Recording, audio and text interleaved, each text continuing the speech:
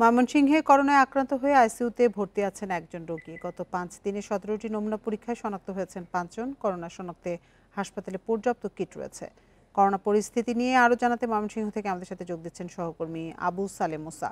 মুসা, নতুন করে করোনা সংক্রমণ বাড়ায় ময়মনসিংহের এই মুহূর্তে পরিস্থিতি কেমন দেখছেন? হাসপাতালগুলোতে বিশেষ কি ধরনের ব্যবস্থা নেওয়া হয়েছে? বান্ডেল থাকলে প্রতি সেনমানিতে টাকা বাঁচবে। বিকাশ সেনমানি বান্ডেল কিনে জিতুন প্রতি লেনদেনে।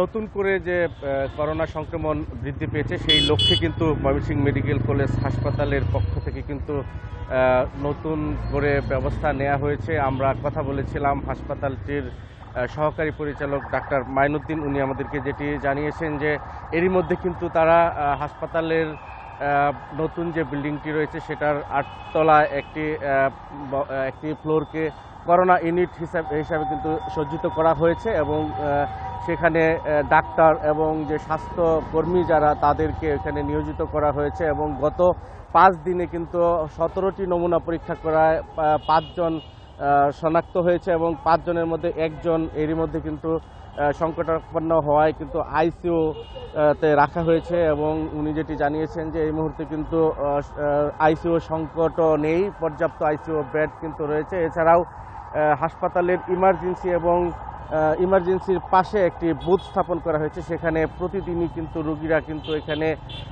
নমুনা পরীক্ষা করতে পারছেন। গতকালও 2 জন পরীক্ষা করেছে, তার মধ্যে একজন শনাক্ত হয়েছেন এবং আরেকজন নেগেটিভ হয়েছেন এবং হাসপাতাল কর্তৃপক্ষ যেটি বলছেন যে আসলে তাদের এখন পর্যন্ত পর্যাপ্ত কিট মজুত রয়েছে এবং ওষুধপত্র মজুত রয়েছে। তারা সেই গতবারের যে অভিজ্ঞতা, গত করোনার সময় যে অভিজ্ঞতা, সেই অভিজ্ঞতা কাজে লাগিয়ে তারা কিন্তু এইবার ওষুধপত্র এবং কিট মজুত করেছেন এবং স্বাস্থ্যকর্মীদেরকে সেভাবে প্রস্তুত রাখা হয়েছে।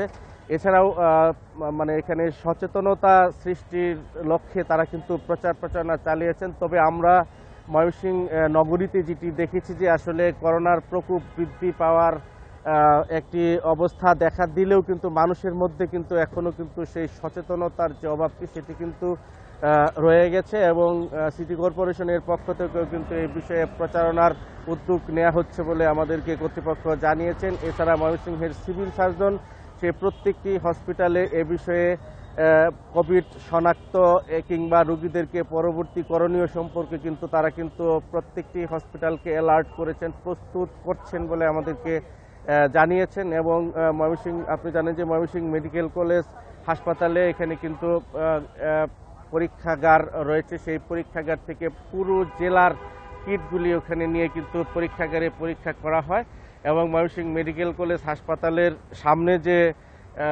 ল্যাবটি বসানো হয়েছে সেই ল্যাবে কিন্তু যে কেউ এসে কিন্তু এখানে পরীক্ষা করতে পারছেন। আমরা দেখেছি যে গতকাল 2 জন এবং তার আগের দিন কিন্তু 5 জন এবং তার আগের দিন কিন্তু আরও 4 জন, এই মিলিয়ে মোট 17 জন রোগী এরই মধ্যে পরীক্ষা করিয়েছেন, তার মধ্যে 5 জন শনাক্ত হয়েছেন।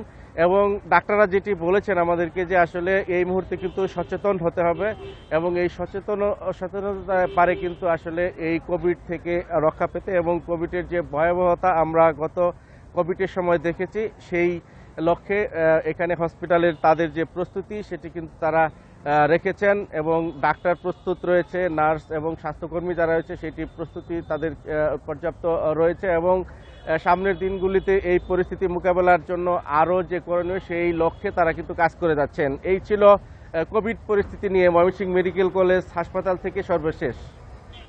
ময়মনসিংহ থেকে করোনা পরিস্থিতির সবশেষ তথ্য জানাচ্ছিলেন সহকর্মী আবু সালেম মুসা।